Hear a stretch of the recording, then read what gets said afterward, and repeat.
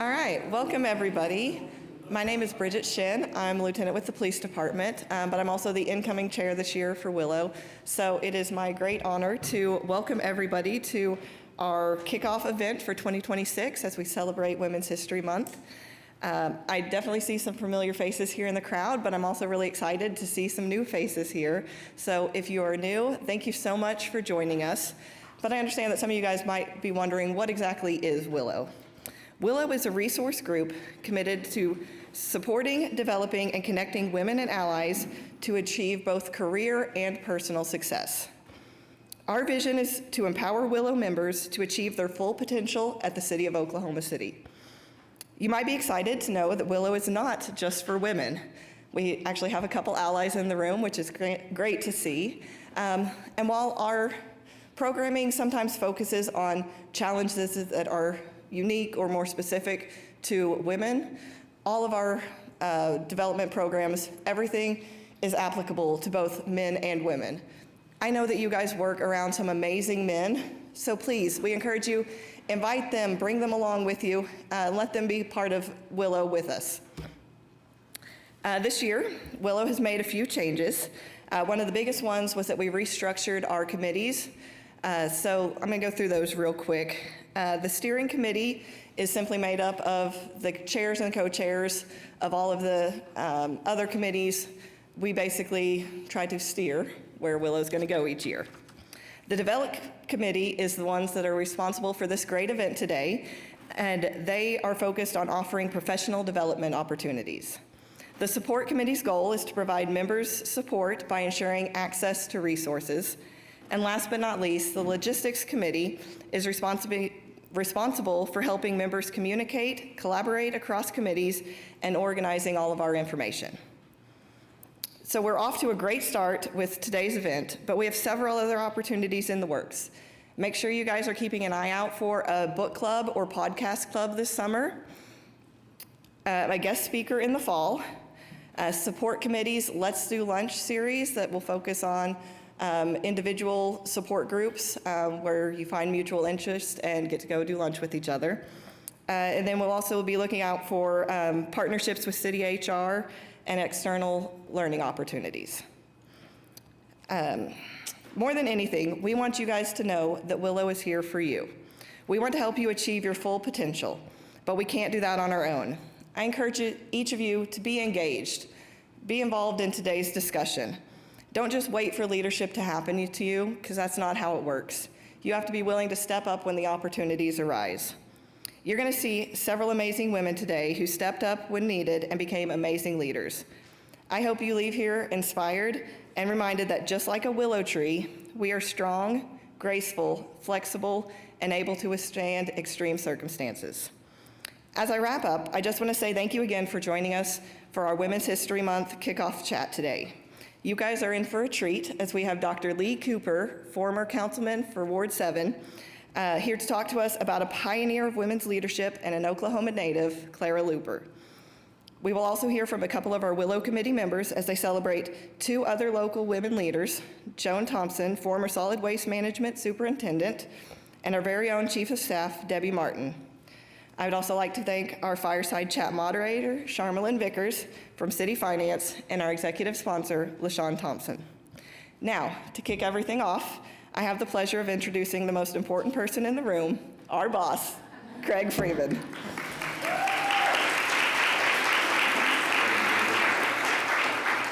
She was required to say that because I am not the most important person in the room, and you all know that.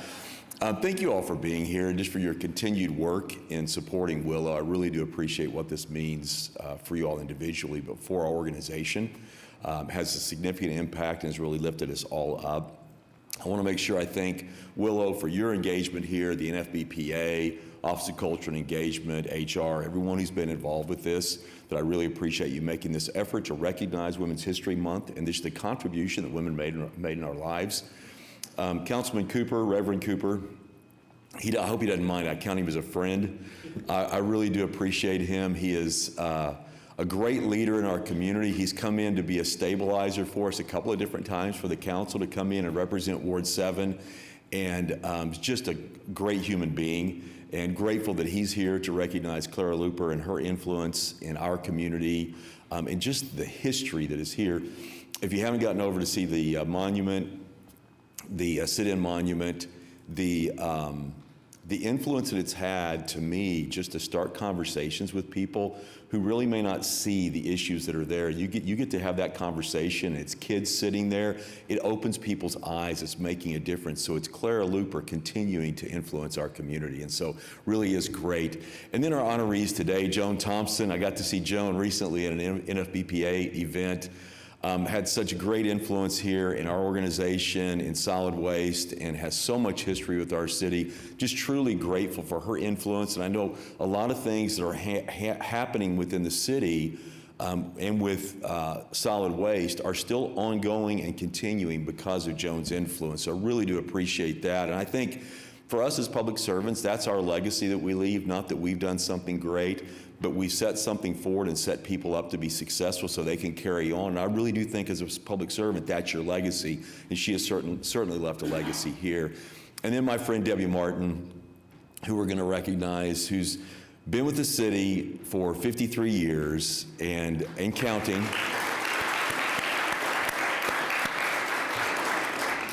In that 53-year period, the majority of her time has been in this role as the chief of staff for city council. And anyone who knows anything around the city knows that really Debbie is the person who's running the city. And it's like all the rest of us are along for the ride. I tell people, I get corrected on this, I'm not going to do it because of elected officials today, but there's the mayor and there's the council, there's Debbie, and then there's me, and then there's the rest of the organization. I know how this works. Debbie is a friend. She truly is a friend, and I don't mean that just for me. She is personally, for me, a friend, but anyone who meets her and works with her, she is your friend. She'll talk to people all the time. She'll say, oh yeah, I know him, he's my friend. Everyone is her friend because she's just such a good person in the way that she leads, the way that she influences our community. So I look forward to the opportunity to honor Debbie today.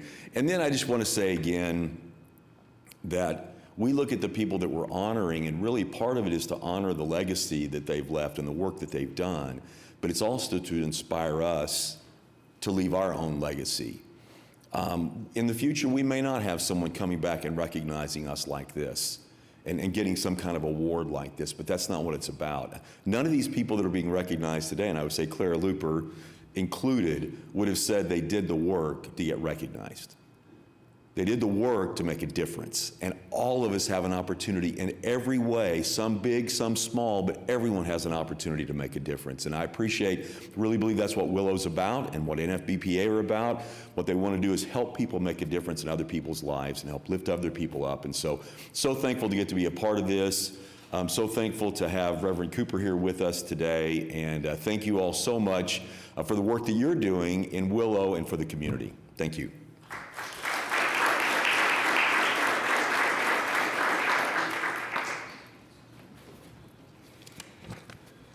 There's tabs. I'm just making sure we're all caught up. Just really quickly, I wanted to shout out Miss Joan Thompson is here in the audience today, so just everybody give her a quick thank you for being here. Yes. Very, very glad to see you. So let me start by saying that I am presenting to you all today on behalf of our committee chair, Shamika Lee. Her words today honor a story of a true trailblazer, a woman whose leadership, resilience, and character help shape the way Oklahoma City serves its residents every single day. Joan began her career with the City of Oklahoma City in 1964 in the most entry-level position in sanitation, a division of Public Works. At the time, she was the only female employee in her division. That blew my mind this morning. That's when Joan's career began to succeed. She wanted to do the best at her job and to serve others, like our city manager said before. During the sanitation strike of 1960, she stepped into one of the most intense and demanding periods in the division's history. She managed payroll by hand, handled termination processes, and later helped guide nearly all of the employees through complex retiring and rehiring decisions after the strike was complete. Even then, Joan became something more than an employee. She became steady. She became a trusted resource. She became someone who the men in her field could rely on. Fast forward to 1994. At that time, garbage collection in the city was quite honestly a little chaotic. Trash was set out in anything, cans, bins, piles. It didn't really have any means. Crews picked up trash twice a week, and 3-person teams physically put the trash into the truck. It was physically exhausting and a very dangerous job. Yet still, the team at sanitation thought their neighborhoods could look nicer, our city could look cleaner and less cluttered, and the system could be more efficient. That's a time when Joan stepped in as interim superintendent. The right moment, the city launched one of its biggest transformations in its history. Joan Thompson was the leader to make that happen, and definitely the woman for the job. Under Joan's constant leadership, in 1994, the city introduced standardized 90-gallon trash carts, the carts that you see today, automated 1-person collection trucks, a scheduled bulk waste program, and curbside recycling for the first time. This wasn't about trash. It's about dignity, safety, and pride in our neighborhood and community. Today, because of that transformation, Oklahoma City recycles about, this is a big number, 32 million pounds every year. That's roughly the weight of 2,500 elephants. It's a lot of material. But let's be clear, that transition was not easy.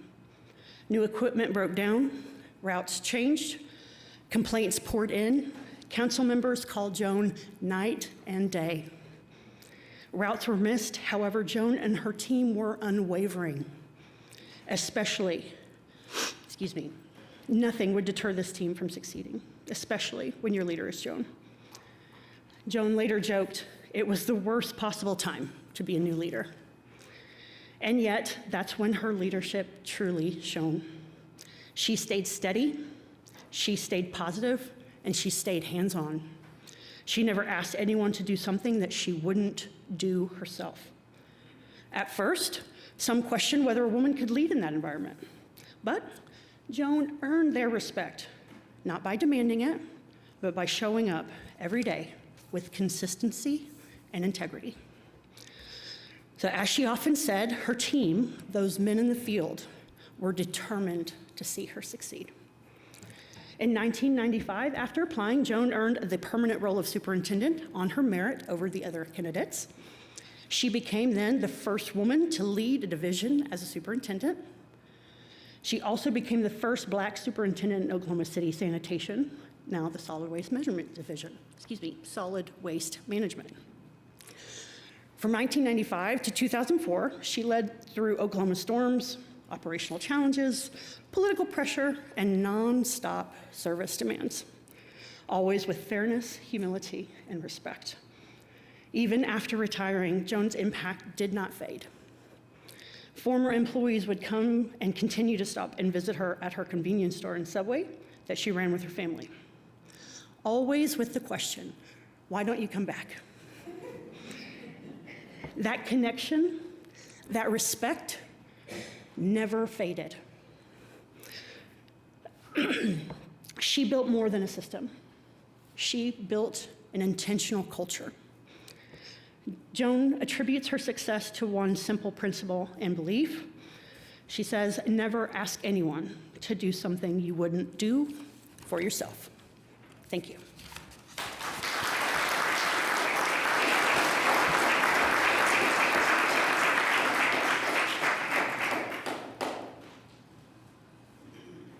Jennifer. Well, it is my honor to get up here and talk about my boss, Miss Debbie Martin. As we continue celebrating this Women's History Month, it is my honor to introduce someone whose leadership reminds me, and probably us, that impact doesn't always come from the spotlight. In fact, she's not a fan. It often comes from consistency, service, and a deep commitment to others. Today, we recognize Miss Debbie Martin. Debbie's story begins in 1972, when she started her career with the city of Oklahoma City. Like many of us, she didn't begin with the intention of becoming a leader. She began with a job, a willingness to learn, and a desire to make a difference. But over time, something powerful happened. Through her dedication, her relationships, and her steady presence, leadership found her.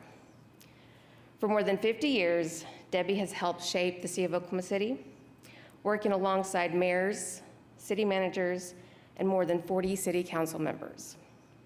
Through times of growth, change, and challenge, she has been a constant, a trusted voice, a connector, someone who brings people together to solve problems and move ideas forward. And that kind of leadership just doesn't happen. It's built on values. Debbie leads with what she calls a servant's heart, always putting people first, always focusing on how to make life better for others. Her leadership was tested in one of the most defining moments in our city's history. In 1995, she was serving Oklahoma City on the day of the bombing. In a moment where there was no roadmap, no clear direction, she, like so many others, stepped forward.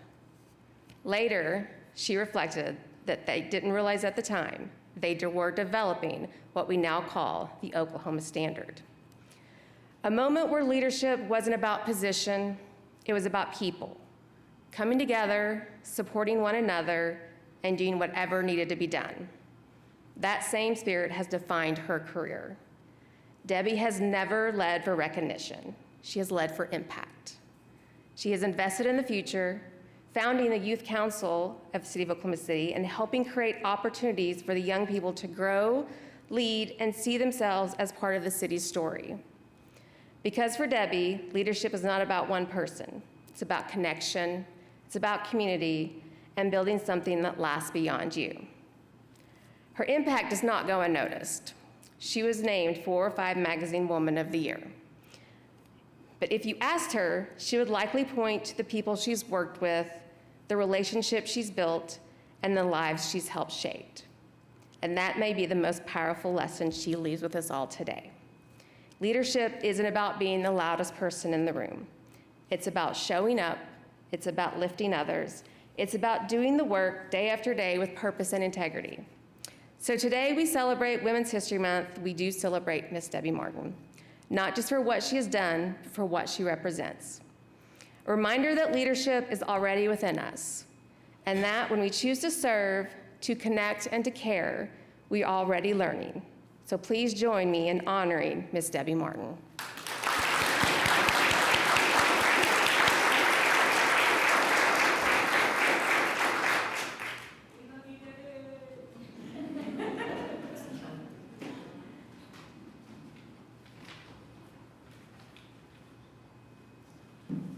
Good afternoon, everyone. How are you doing? Good. It was great to hear about Miss Martin and Miss Thompson. That's just wonderful to hear. This is their story, her story, in this Women's History Month. So thank you for your dedication, and thank you for all that you have done and continue to do for the organization. So I'm here to talk about the National Forum of Black Public Administrators. We have a chapter here in the city of Oklahoma City, sponsored by our very own city manager. It's a national organization, and when people say, well, I'm not Black, can I join? That is a myth.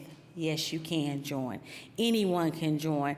The organization was just created in 1983, and if you go back into history, you can think about what some things were going on in 1983. People were looking for their places and spaces in the organization, so that's how NFBPA was birthed. It's a nonprofit organization, and the mission is to build the next generation of public administrators. So our goal is to reach our children, reach the youth, and tell them all about the incredible work that goes on in public service. When I was a kid, if someone would have said, what is a public servant? The first thing I would have said was the fire department, the police department, and the sanitation worker, right? And so that is my vision at that time as a kid, what I saw public servant. But if you look around this room, it's so many more. It's the chief of staff to mayor and council. It's the superintendent to sanitation. It's the city manager's office. It's the legal department. When I do our new employees orientation, I like to ask people, because when I sat in this room back in 1999, I didn't know that the city was this big ecosystem. And many of our employees, when they come to work for us, they don't understand. They don't understand that they have 5,000 jobs to choose from. And that's the beauty about working for public government, local government. And that's what this organization aspires to do, inspire youth and our future generations to come behind us and carry the torch. So how do you become a member of NFBPA?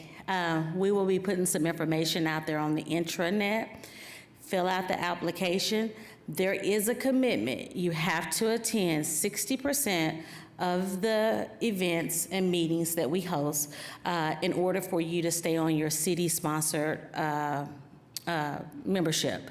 Now, what if you don't want to do that commitment? You still can come and be a member of the local chapter role, and that is just something that we aspire to do. We honored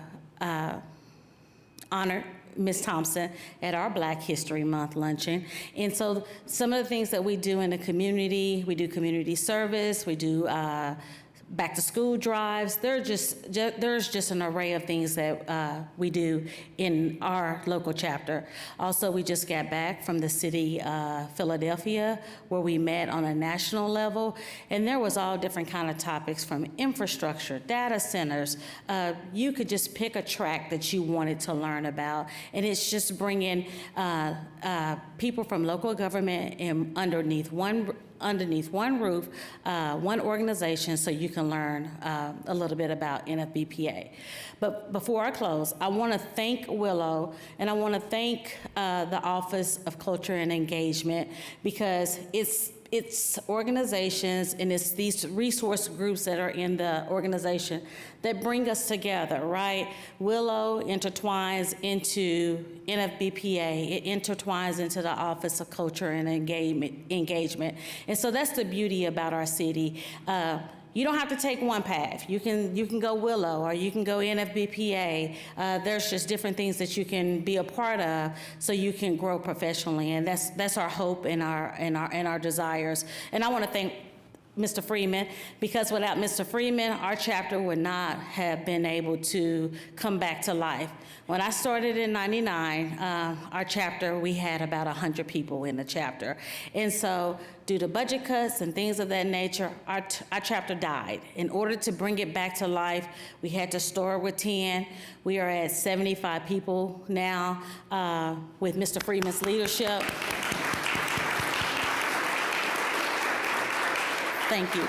And so when we go to the national events, we are able to represent our city on a national level because of his great leadership. So I get the pleasure of, Charmalene, right? I get the pleasure of introducing Ms. Charmalene Vickers.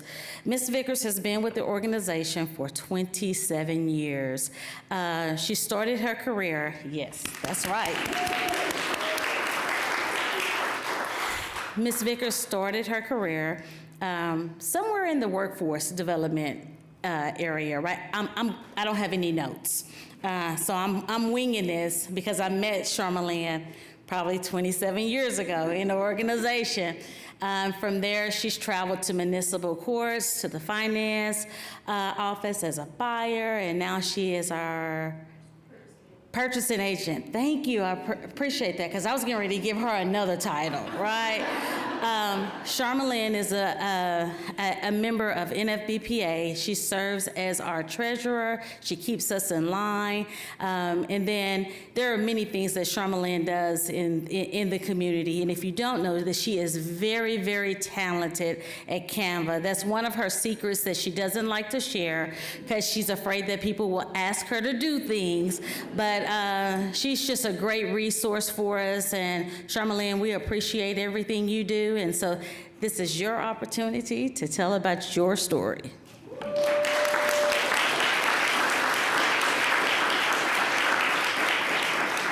Thank you, everyone. I won't take up much time. LaShawn has done a good job on introducing me, and I don't get hung up on titles or anything like that. I just roll my sleeves up and do what needs to be done.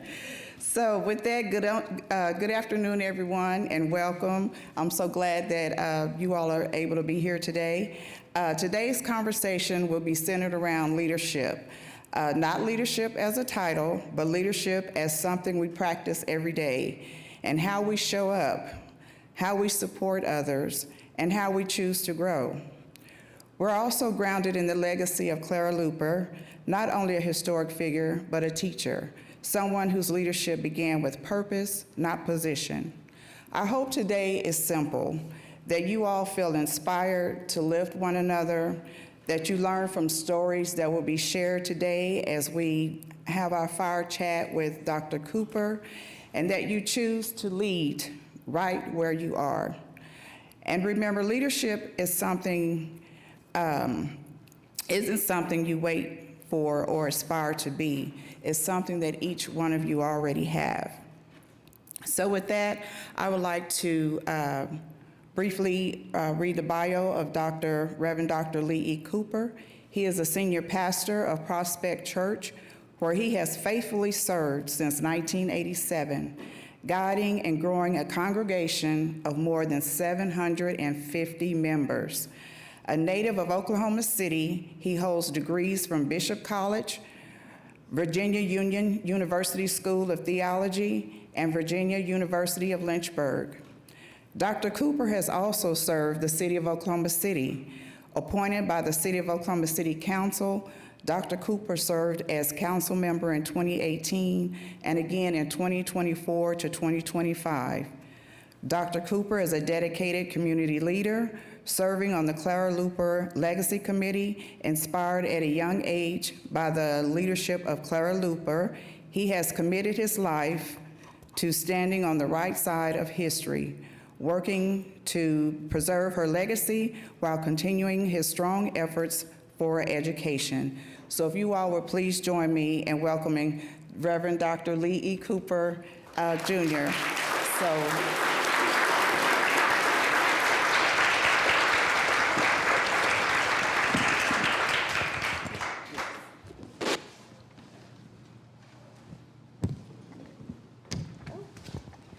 Okay, Dr. Cooper, we're going to transition the conversation now and start our fire chat. So let's begin with leadership at its most human level, not titles, not position, just impact. So when you think about Clara Luper as a teacher first, what does that tell us about where leadership really begins?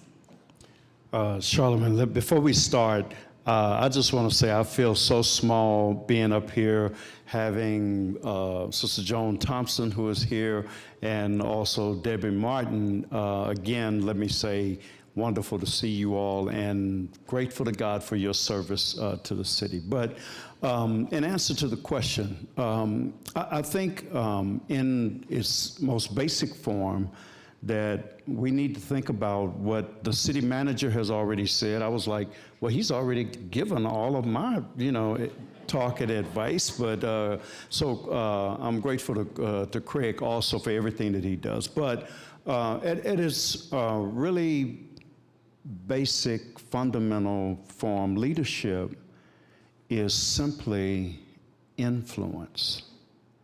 And as he was talking about Joan and Debbie, he was talking about the influence that they have. Well, when you think about Clara Luper as a teacher, the truth is that no one ever just really starts out thinking that, you may have goals, aspirations, but you don't really know how all of that is going to play out, right? So Mrs. Looper set out to make a difference, and she talks about it, that in her early childhood, she wanted to make a difference.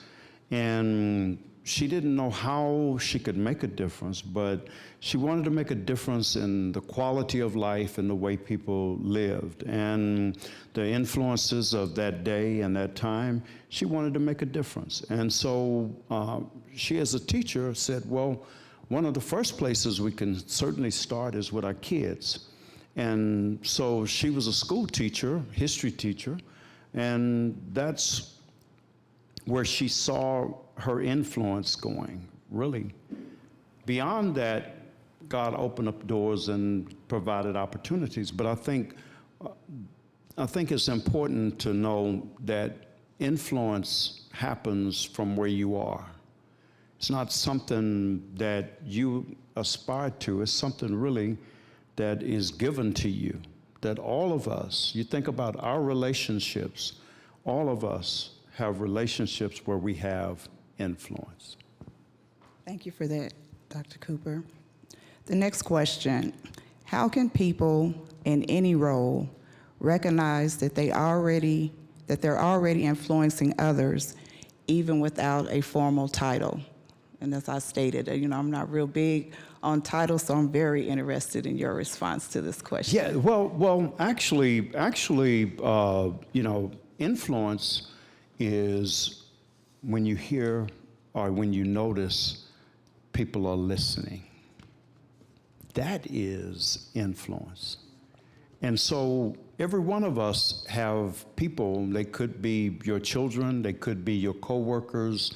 All of us have people who are listening to our advice, following our examples.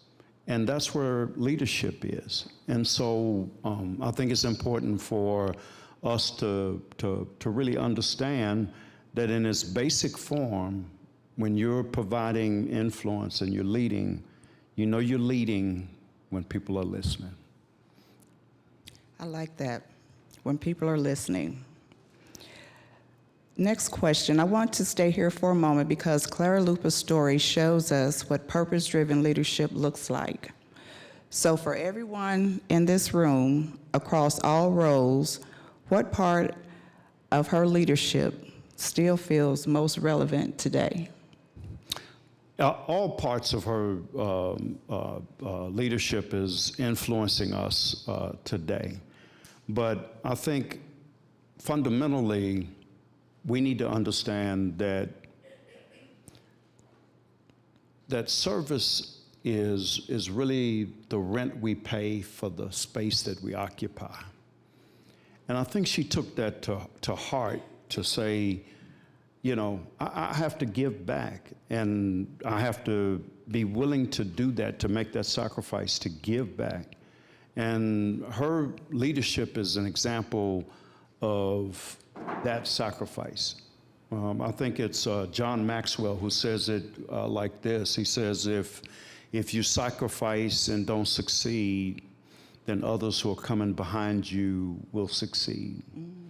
He says, if you succeed without making sacrifice, then that means somebody sacrificed before you in order to get you to where you are. And so when you think about that and you think about Clara Luper and the sacrifices that she made, we still reap the benefit of those sacrifices. And so she gave her life in service. Thank you for that. Our next question, on a personal level, how has her legacy shaped the way you think about leadership? I came to know Ms. Luper at a very early age, I guess, in my teenage years, just turning into my teens. Of course, everybody knew that was Clara Luper from a distance. But then my sister actually worked with her during the Black Oklahoma pageants. And they would, of course, recruit young men who would come and work with these beautiful women. Of course, I did not resist that invitation to come and to work with these beautiful young ladies. And Ms. Looper was very serious, very committed about the Miss Black Oklahoma pageant. And I got to know her in that space even before, as an adult, I got to know her even more. But I think it's her influence continues to impact me even today, because I recognize two things that she had that is crucially important. One is passion. She had passion for the work and what she was doing. And many people have compassion, but they don't have the second thing. The second thing is compassion. She cared about people. I'll give you an example. As Ms. Looper would be invited to go about the city and speak to, people. Ms. Looper was speaking at my son's elementary school. And of course, they had the kids line up, and they tell the kids, stay in line, line up, line up. Well, my son didn't know any better. He just gets out of line and is going up to Miss Looper to speak to her because he thinks that he knows her, right?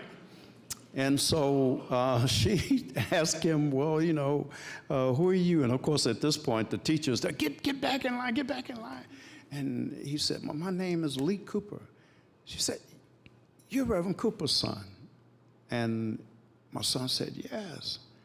And she began to tell the teacher, I know his father, don't put him back in line, But she made everyone feel important. So she not only had passion for what she did, but she had compassion for people in everything that she did. And that drives me even today. Thank you for that, Dr. Cooper. Passion and compassion for people. Thank you for that. So we're going to transition into leadership and practice. So in your experience, what does leadership look like in the day-to-day work of public service? Leadership looks like this to me. And in the corporate office at Walmart, there's a sign as you enter that says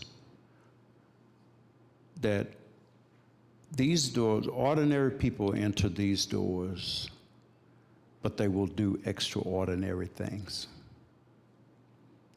And that, to me, really speaks about the legacy and why it's important for all of us to understand our influence, but then the expectation that you go about leadership not one day, but you go about leadership every day.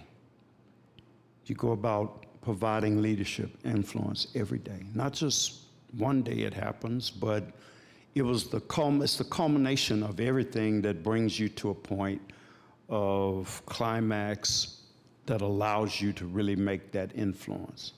And so I take that from Ms. Looper even today.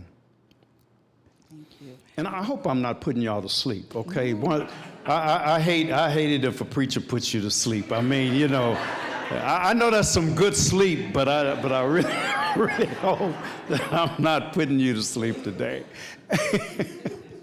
Okay, we have just a couple more questions, and we're probably gonna be ready to close this out. Oh, here. we're digging in deep now. Yeah, we're digging in deep now. Okay, all right. Okay, so how do we make leadership feel accessible and visible to everyone, especially women and allies who may not always see themselves represented?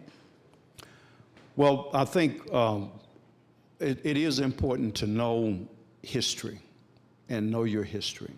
And I feel so honored being here today to be here with Ms. Thompson and Ms. Martin, who have given their lives in service.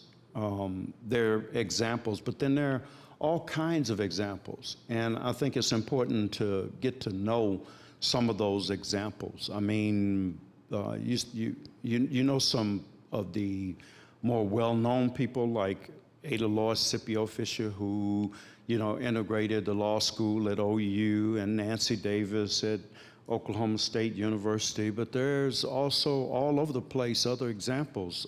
Beulah Ponder, who was the first black woman to serve in Governor Bellman's office during his first term, not his second term, but his first term. And you start thinking about all of those people, and certainly the first mayor of the city of Oklahoma City, Patience Ladding. You start seeing examples of women who have been influential. And I think it's important to have times like that's going on today with WILLO, where you invite people back, but then you see the contributions that they've made. And then that lets you know that that's also attainable for you.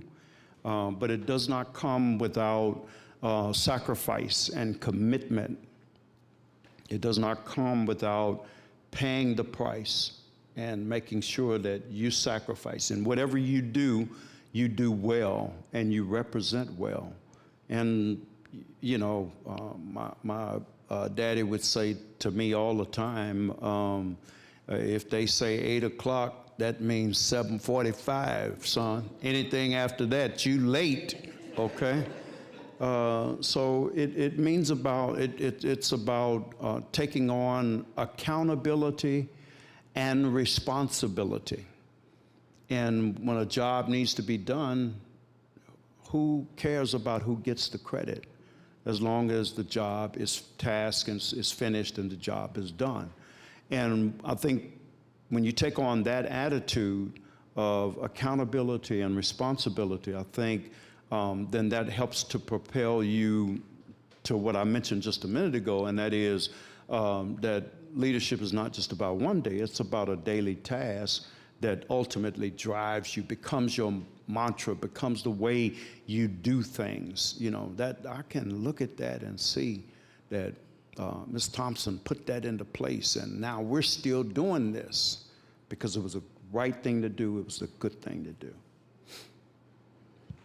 Am I talking too much? No, good okay. message there, good message there. I was just going to say those everyday actions really are what shape culture over time. So no, we definitely appreciate, you know, everything that you're providing to us on leadership that will help us grow. So our last question, and I know that you also brought a video that you're going to share with us, but as we transition to the Clara Lupa Memorial, can you tell us what we should expect and how we might experience the monument? Yes. First of all, let me say that I am grateful to the mayor and Mayor Holt for allowing me the privilege to serve. I was exiting city council on my first term on city council, and one of the things that I said on city council often was that Oklahoma City has a rich and deep history, but we've not often claimed that history and in a way that is recognized not only in our city, but in the nation. So if you happen to go to the African American History Center in Washington, D.C., or you go to the American History Center, all of those are Smithsonian centers, but then there is not the recognition in Oklahoma City of one of the most significant events that happened not only in Oklahoma City, but around the country. In 1958, a group of young people made history that changed not only Oklahoma City, but it changed our nation. Ms. Looper had written a play entitled Mr. President, and the play was seen by one of the national NAACP figures, and this play was about Martin Luther King Jr., and invited, they invited one student, but if you know Ms. Looper, she wouldn't take just one student. She wanted the whole class to go. So she had to raise money in order to get them to go. But they went to New York City to the national NAACP meeting. And she's taken a group of students. You know, of course, these students probably had never been out of the city of Oklahoma City. And she takes them the northern route to get to New York City. Well, when they get on the northern route, then what they experience is access to public accommodations that they had not experienced here in Oklahoma City. They could eat at the lunch counters where everyone else ate. They could drink out of the same water fountains. They experienced what freedom looked like. Well, after the meeting in New York City, they brought them back through the southern route to come back to Oklahoma City, and they experienced the same segregation and racism that they experienced in Oklahoma City. So they're sitting around at a meeting as they're coming back. They're talking about what they experienced and the highlights. And as they're planning, Marilyn Looper, who is Clara's daughter, was 10 years old, and she came up with this brilliant idea. Let's just go down to Kat's drugstore and order a hamburger and a Coke and have them to serve us like they do in New York. They actually went down, 13 kids, some as young as 7 years old. The youngest was 7 years old. The others were teenagers. They go into Kat's drugstore and they sat and ordered a Coke and a hamburger. And of course, the waitress says, no, you know we don't serve African Americans in Kat's drugstore. Well, at this particular time, Ms. Looper had also been working with the Restaurant Association, trying to get them to actually integrate the lunch counters. They refused to do so.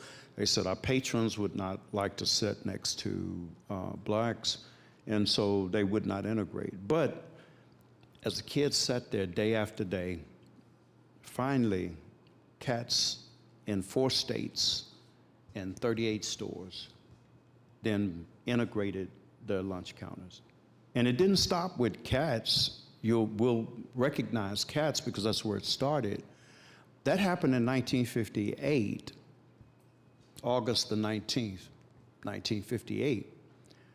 Well, when they were in New York, there were the students from North Carolina A&T in Greensboro, North Carolina, who heard what was going on in Oklahoma City, and they went back to the Woolworths in Greensboro, North Carolina, and began the set-in movement there, but they heard what was happening in Oklahoma City.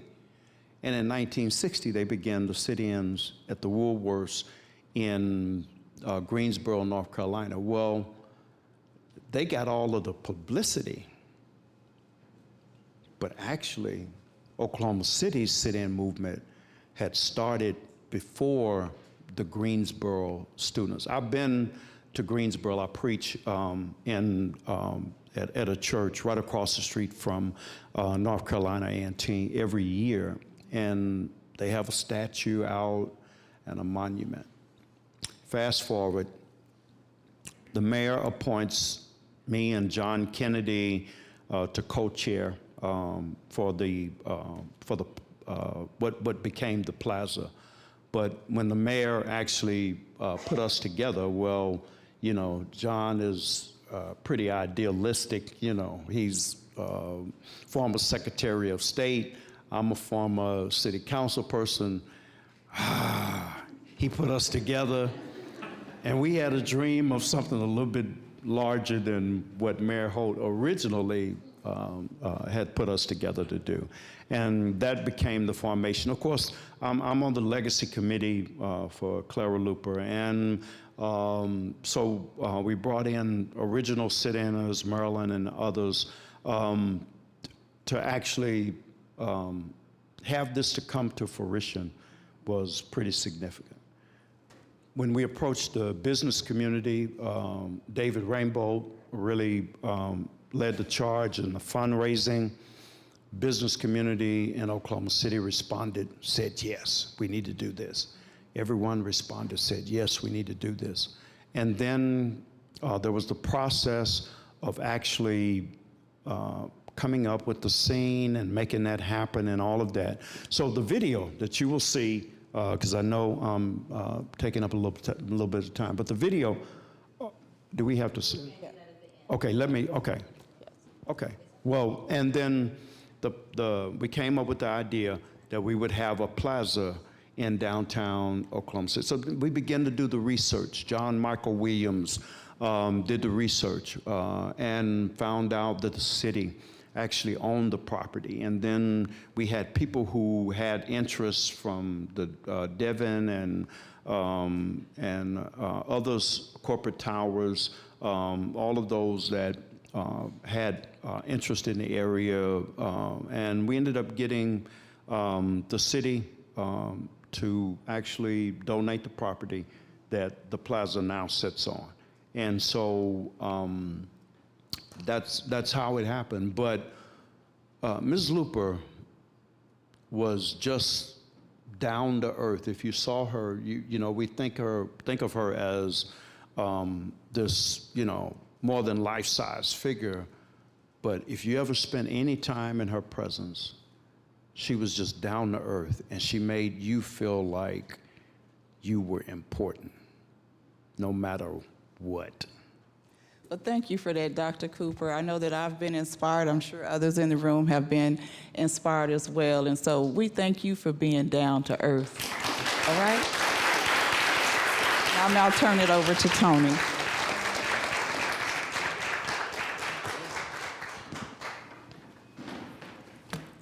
Hello. I'm sitting in the front row. I didn't think anybody was here. That was a joke. I'm Tony Mitchell. I'm the Management Specialist in the Development Services Administration. I'm also chair of the Develop Committee.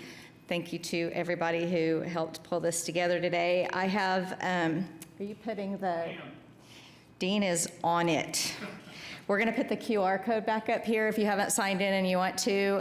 We're going to draw a door prize. For that, it'll be after we get back from the trek over to Cat's Drug Store corner. But real quick, let me see here. I got a little out of order. I'm going to say my thank yous first, then I'll tell you a little bit about the monument we're going to go see, and then I'm going to pull Dr. Cooper back up here to show you a video that they put together. So first, I will once again like to thank our speakers and guests, including Shay Jackson and Jackie Howell for the Office of Culture and Engagement for their support for Willow, our executive sponsors, Debbie Miller and LaShawn Thompson. Thank you guys very much. And also the NFBPA for their collaboration in pulling all this together. And finally, I want to give a huge thank you to Dean Carter, who's hiding back here. He hates this. But Dean always knows exactly when to jump in and save the day. He took this idea and brought it to life with the kind of heart and good humor we've all come to depend on. And we're lucky he uses his powers for good, because he literally, just every aspect of this entire thing, it's all Dean, pretty much. So, Dean, do you want to show a bag that we're going to give away? He also said he'd Vanna White the giveaway bag. Okay, so let's see. We're going to, real quickly, I'm just going to tell you a little bit about the monument. There's going to be a plaque that explains a lot of this stuff, and Dr. Cooper will also talk about it, but right now they don't have them installed yet, so you'd get there and the monument's there, but not really the history about it yet. So I thought this was very interesting. The monument is life-sized, a life-size bronze recreation of the cat store lunch counter sit-in. And the figures are all real people. They're the people who were sitting there, they're modeled after them. Clara Looper, the teacher and the leader, is standing off to the left watching all of the students. There's 13 students from the NAACP Youth Council. Their ages are roughly 7 to 17 at the time of the sit-in. And there's a Cat's drugstore employee just standing there not serving them, as you'll see.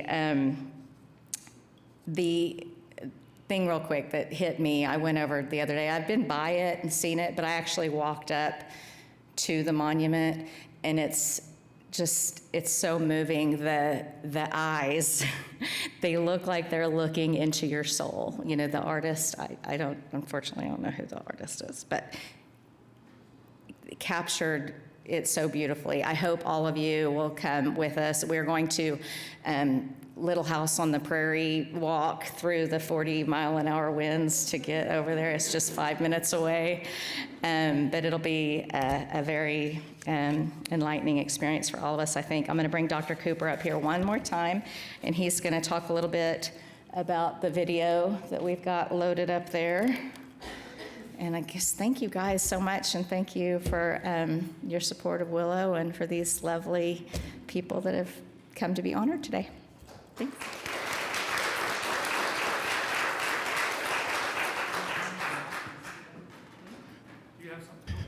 Yeah, thank you for the invite to come. It was really a blessing for me. Thank you so very, very much for that. Just a couple of things. When we started out to actually put this together, we were looking for sculptors. So we went around and looking for sculptors. We came across Ed DeWhite, who is in Denver, Colorado. Ed DeWhite, in his first life, was a NASA astronaut.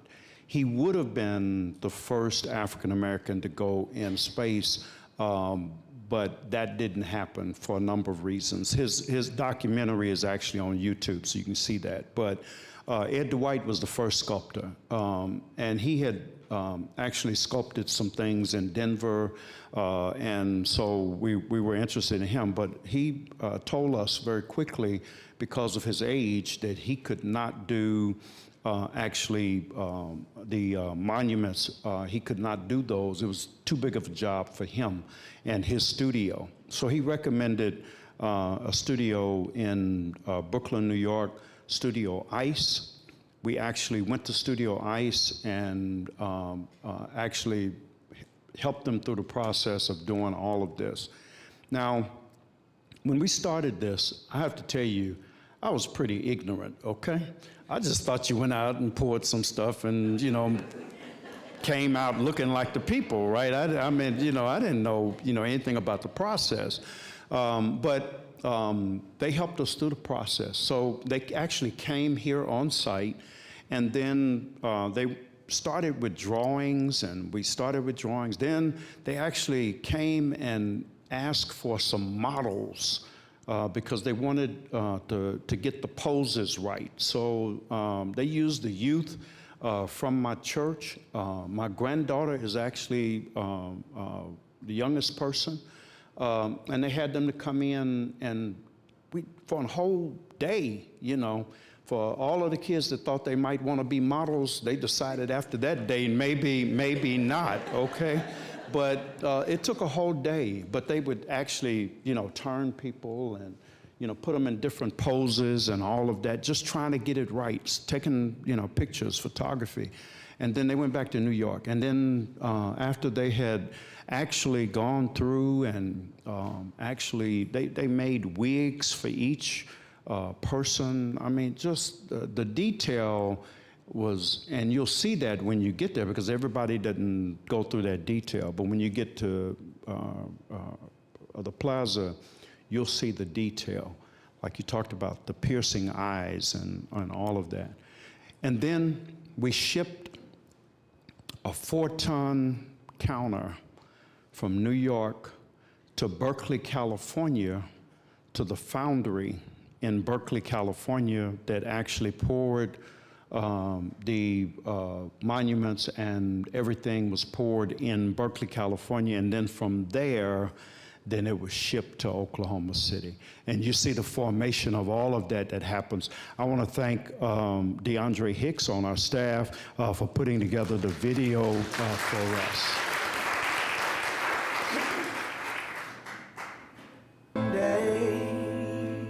When the glory comes, it will be ours, it will be ours. Oh, one day, when the war is won, we will be sure, we will be sure. Oh, glory, glory, glory, oh,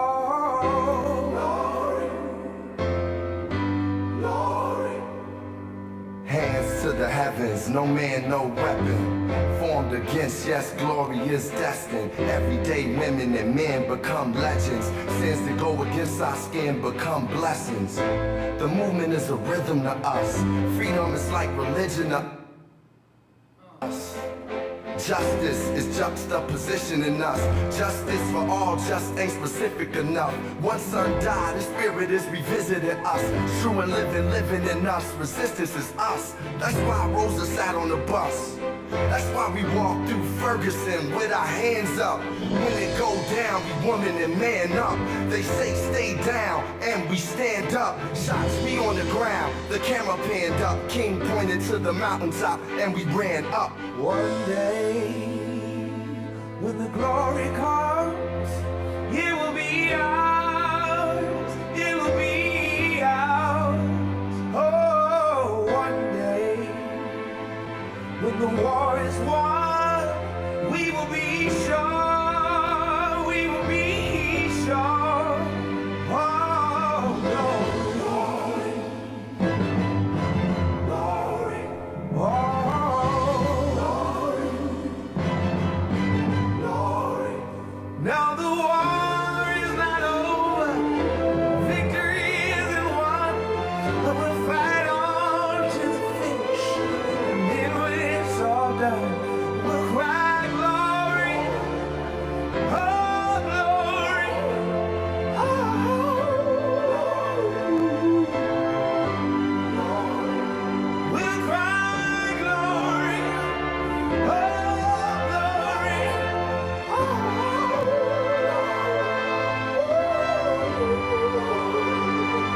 Selma is now for every man, woman, and child. Even Jesus got his crown in front of a crowd. They march with the torch, we gon' run with it now. Never look back, we done gone hundreds of miles. From dark roads, heroes, to become a hero. Facing the League of Justice, his power was the people. Enemy is lethal, a king became regal. Saw the face of Jim Crow under a bald ego. The biggest weapon is to stay peaceful. We sing, our music is the cuts that we bleed through. Somewhere in the dream we had an epiphany. Now we right the wrongs in history. No one can win a war individually. It takes the wisdom of the elders and young people's energy. Welcome to the story we call victory. The coming of the Lord, my eyes have seen the glory. One day, when the glory comes, it will be ours, it will be ours.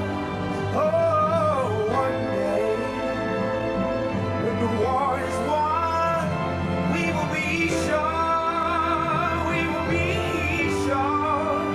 Oh, glory, glory, oh,